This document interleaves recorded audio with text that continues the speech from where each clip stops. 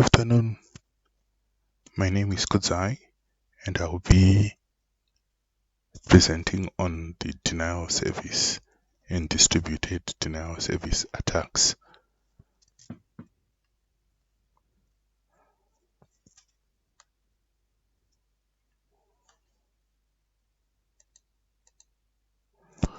Denial of service attack is a kind of a cyber attack which is an attempt to render a computer or a network resource unavailable to its intended users.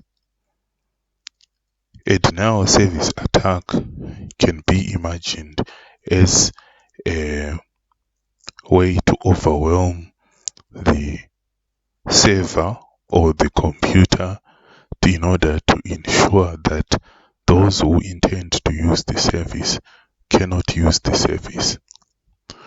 The actual server and the database is usually not compromised. This means that the database itself, the denial of service attack will attack the users in an indirect way by ensuring that the product or the service that they have come to enjoy is no longer available. The user data itself is usually not deleted or even viewed. It is a measure to ensure that users cannot use the service. The difference between a denial of service attack and a distributed denial of service attack is that in a denial of service attack, usually one system attacks just one target, although that particular system may use bots, of which we will explain a bit later. And in a distributed denial of service attack, there are multiple systems that flood the bandwidth or the resources of a targeted system and hence ensure that these services are no longer available. In this particular diagram, we can see that the attacker in this case, he works at the infrastructure level, initiating denial of service attacks at an infrastructure level. And at the end, there are different types of denial of service attack. There are attacks which are infrastructure level, there are attacks that are bandwidth level, there are attacks that are server level. But the main goal is to ensure that the users, which are innocent users, do not get this pathway for the users that they use is blocked. So the attacker may recruit other machines which are called bots and innocent computers, and they start sending requests to this server, which is the one that is being attacked, so much so that it floods the server, and at the end of the day, the enterprise is no longer capable of giving service to its users, as these are the ones that it has. And these attacks may cost money in terms of resources, and also the enterprise would have to respond to ensure that they resume services. The types of denial of service attacks are, there are three main types.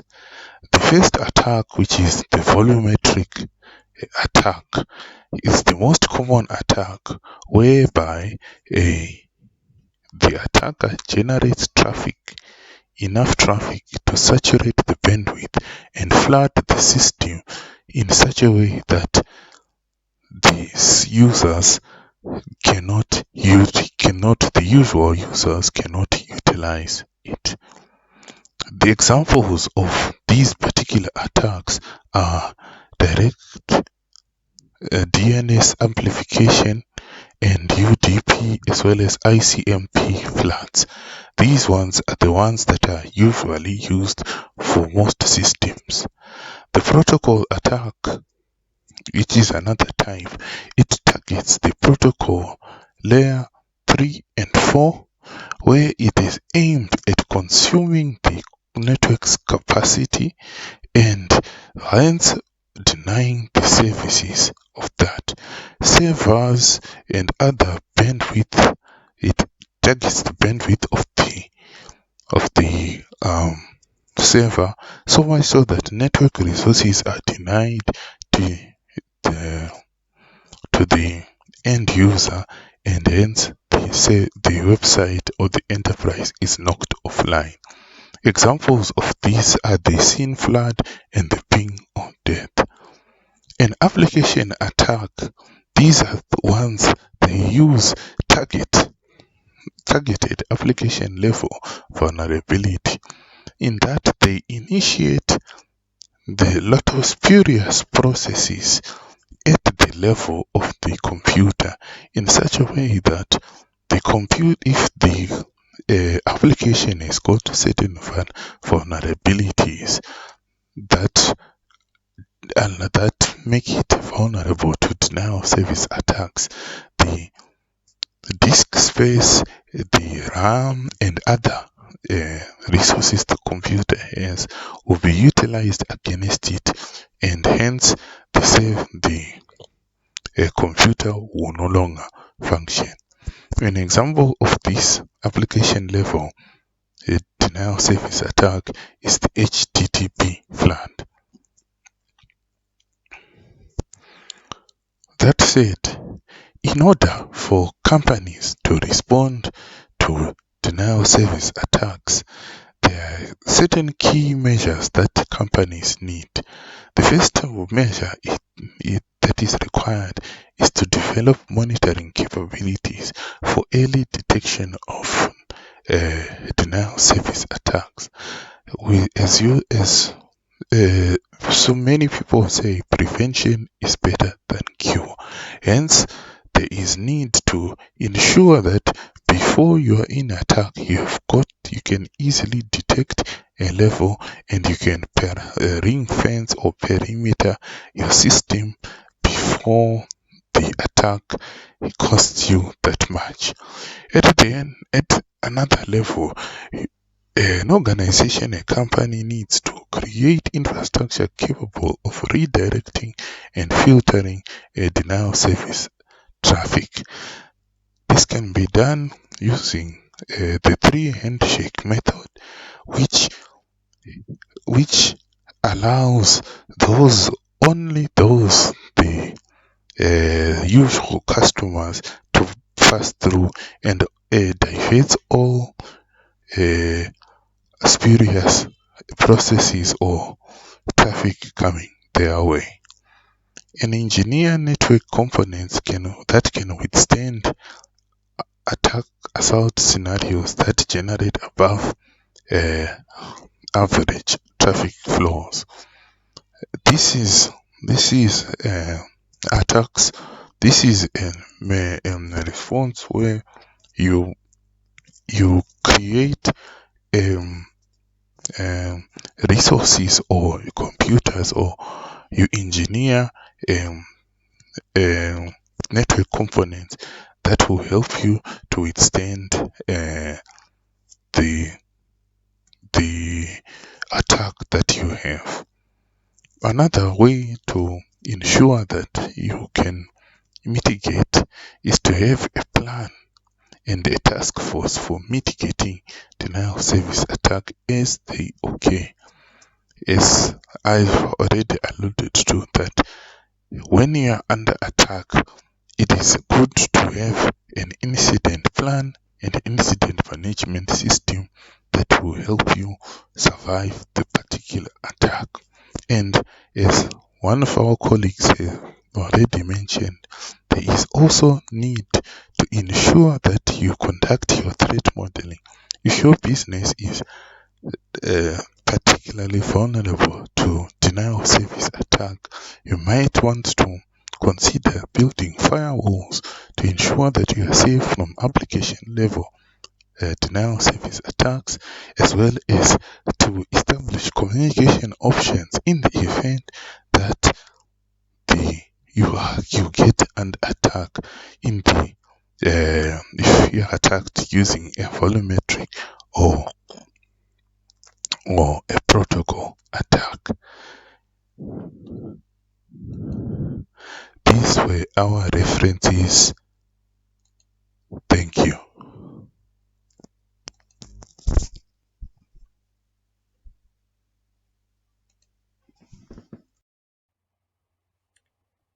Good day, class.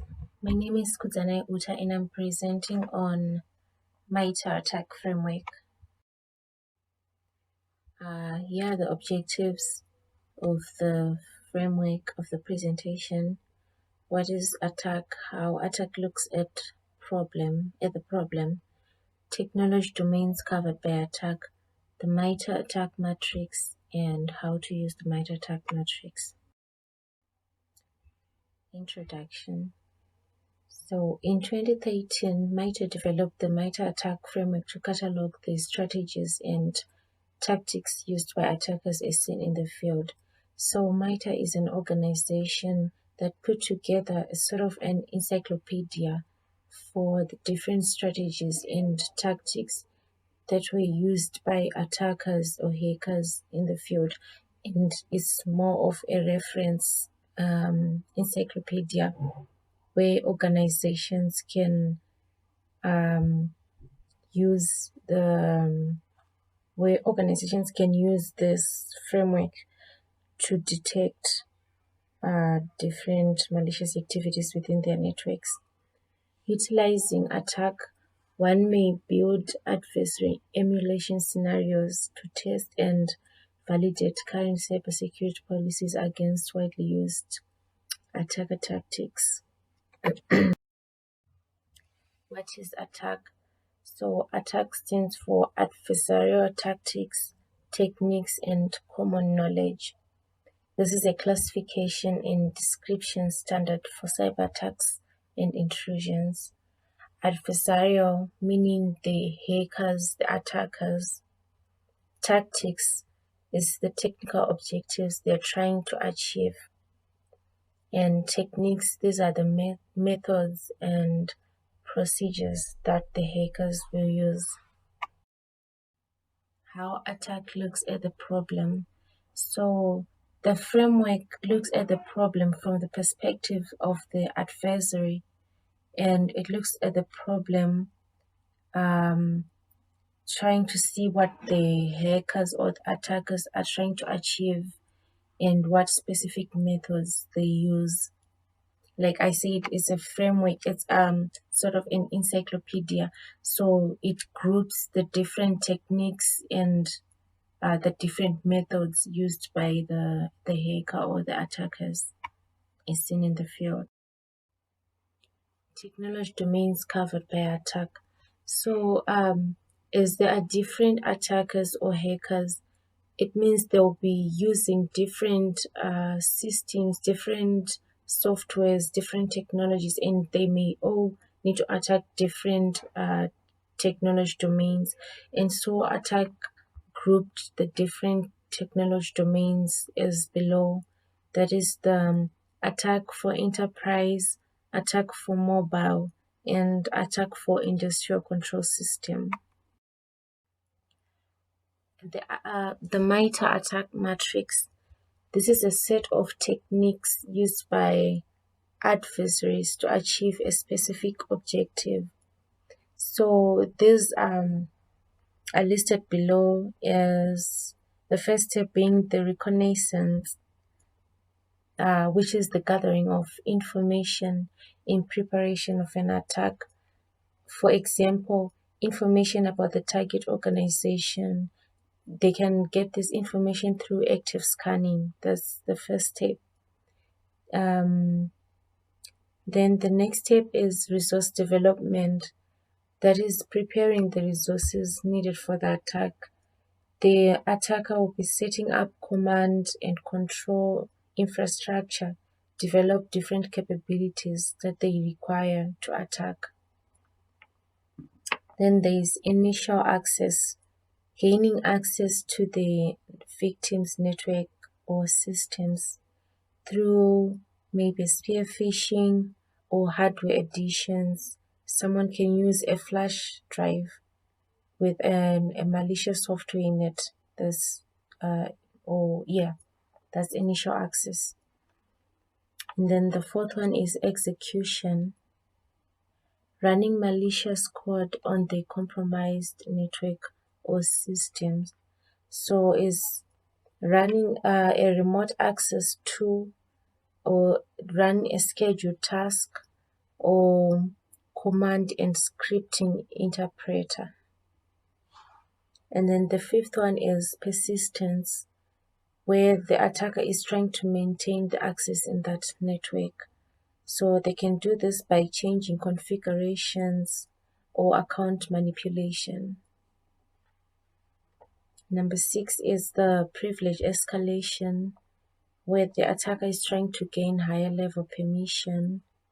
So this can be done by leveraging a vulnerability to elevate access. And the next one is defense evasion, taking actions to avoid being detected. So the attacker will use trusted processes to hide malware. It's called masquerading. For instance, at my organization, there was a time where you would receive an email with a familiar name and with a link within it. So if you don't read the email completely, or if you don't check the email address, you could click the email, the link within the email, because you have trusted that it's been sent by someone within your network. But in reality, it's actually the hackers or the attackers trying to masquerade themselves as one of the people within the organization. So that's defense evasion. And the next one, credential access. This is where stealing of account names and password happens using a brute force or keylogging.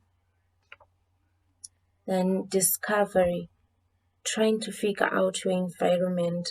So the attacker will be exploring what they can control within your system, the software and account discoveries. And then lateral movement, moving from system to system within the compromised environment. So using the legitimate credentials to pivot through multiple systems. The next one is collection. So after all the previous steps, the hackers go on and gather data of interest to the adversary goal. That is accessing data in a cloud storage or email collection. And there is command and control, that is communicating with compromised systems to control them. So the attackers will mimic normal web traffic to communicate with the victim network. And then there is exfiltration, that is the stealing of data. So they can steal the data through transfer to their cloud account. And then finally the impact, where they manipulate, interrupt, or destroy the systems and data completely.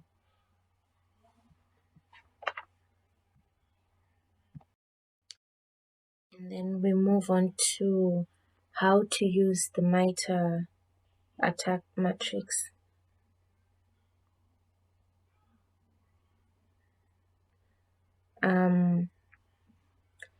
So there is adversary emulation. At this stage, it assesses security by applying intelligence about an adversary and how they operate to emulate a threat. So attack can be used to create adversary emulation scenarios to test and verify defenses. And then it can also be used for red teaming. Red teaming acts as an adversary to demonstrate the impact of a breach. So attack can be used to create red team plans and organize operations in a way the attacker or the hacker would attack the system. It can be used for behavioral analytics development.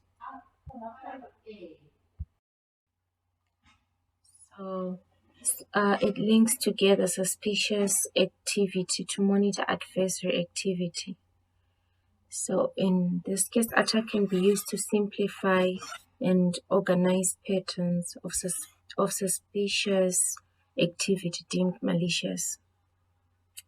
And the next use is defensive gap assessment, which determines what parts of the enterprise lacks defenses or visibility.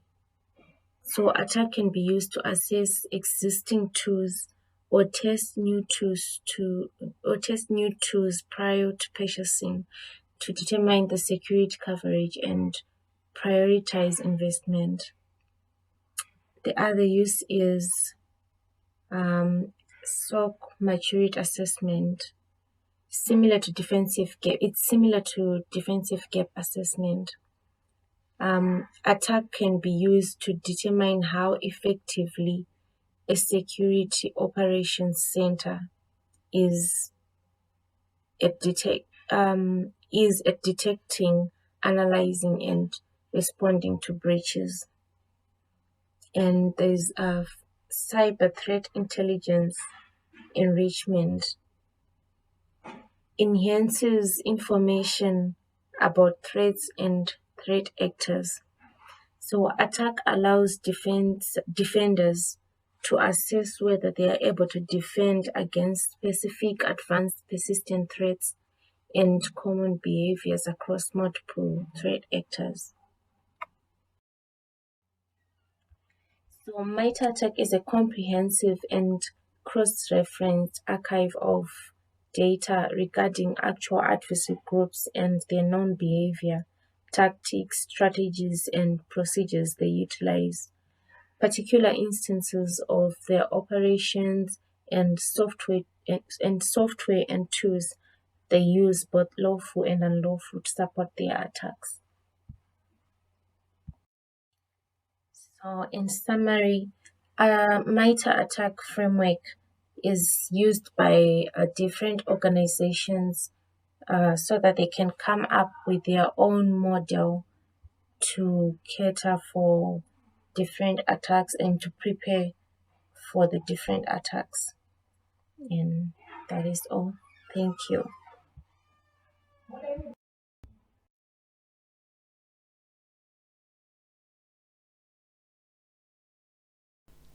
A good day to you, ladies and gentlemen. I'm Tatenda Makaza, and I'll be looking at threat modeling. The objectives of this presentation is to outline the importance of threat modeling process, threat modeling operation, threat modeling approaches, threat modeling best practices, and advantages of threat modeling, and also to look at the modeling tools. Software developers are now incorporating security as a significant component of their product and network systems. This is due to frequent invasions in the systems as well as the increase of cyber crimes. Research has led to the development of multiple effective techniques to handle various security issues.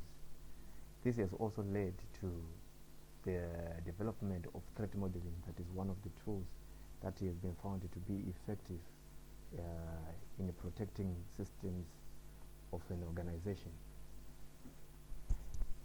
Threat modeling is a strategy for addressing business system security concerns proactively and involves identifying the key assets within within a system and threats to these assets. What are threats? Threats are described as the objectives, capacities, and potential harm that adversaries would cause to the system. Well, the assets of an organization include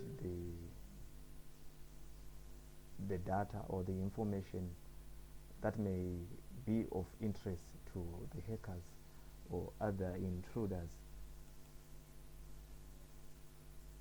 The significance of threat modeling is that software systems are made more safely by including security features into their design. It enables firms to locate and fix avoidable errors such as software defects, unpatched vulnerabilities, and configuration issues. By reducing and mitigating vulnerabilities in organization attack surface, it lowers the risk exposure. It provides more effective threat prioritization, impacting everything from purchasing decision to mitigation efforts. It also encourages a deeper understanding of software and hardware systems, particularly from risk viewpoint. We're going to look at the process of threat modeling. It goes through 4 stages, and the first one is to identify assets and access points. Access are defined as resources which are controlled and owned by an organization, and these assets are essentially threat targets. Identifying them is the first and most important stage in threat modeling. Access points are interfaces that allow potential attackers to interact with the system and access, and it also gives hackers or attackers an opportunity to access the important information of an organization. The second stage is threat mapping. Data collection will help to identify all potential risks and threats. Reviewing each asset and access point in the system and developing threat hypotheses involving infringements of asset confidentiality, integrity, or availability can help identify assets to the system.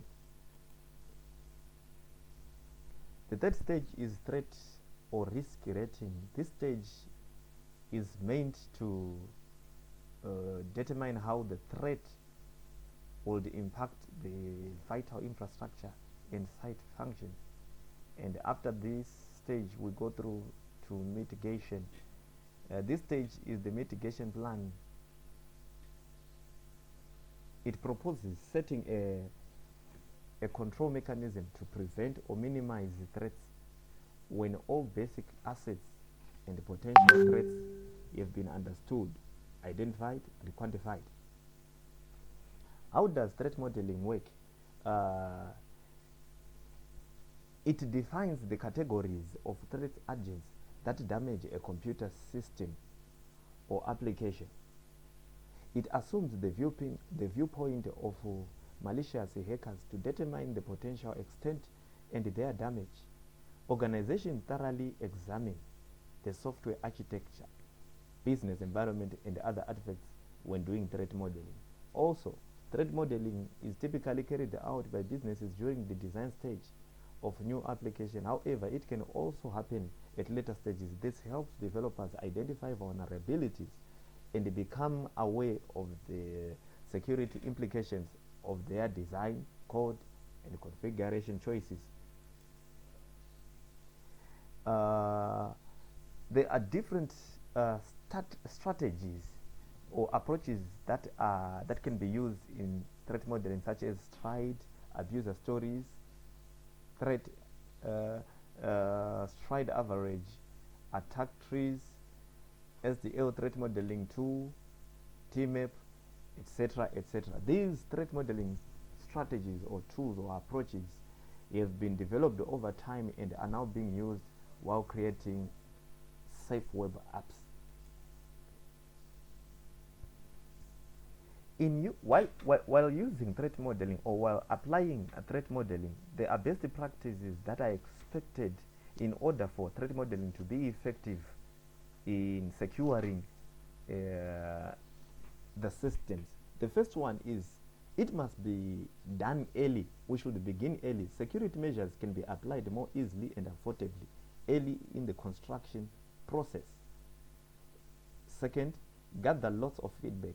A wide range of potential enemies, motivations, threats, and the location of the most vulnerable components can be identified by requesting input from a number of different stakeholders. This is very, very important when doing threat modeling. All stakeholders or everyone who has got an interest within that organization should be part and parcel of threat modeling process, or when trying to map, or when trying to come up with a system that is secure. Everyone has to put his input because of the interest they have in that organization. We also need to recognize the efforts or the risk tolerance. In order to ensure that corporate goals are achieved, business owners in particular must clearly understand and explain their level of risk tolerance. Also, we need to inform everyone. Threat modeling is an iterative process, as it is with other aspects of security. Everyone working in the various threat modeling components should receive training so that their contribution may be maximized. We are going to look at the advantages of threat modeling. It helps us to find issues as early as possible in the software development lifecycle, SDL, even before coding. It also helps us to identify design issues that conventional testing techniques and code reviews can miss. It also helps us to consider novel attack strategies that we might not have otherwise. It also helps us to fix issues prior to the release of software to avoid expensive post-deployment recording. Some of the tools which are used in threat modeling are carriers, Iris Risk, Microsoft Threat Modeling Tool, or WASP, Threat Dragon, SD Elements, 3Edge, etc., etc. Ladies and gentlemen, this takes us to the end of our presentation. This study, it focused on threat modeling, which was defined as finding and sharing information about the risk that could impact a particular system or network. The relevance, procedure, operations, methodology, best practices, and threat modeling tools were also discussed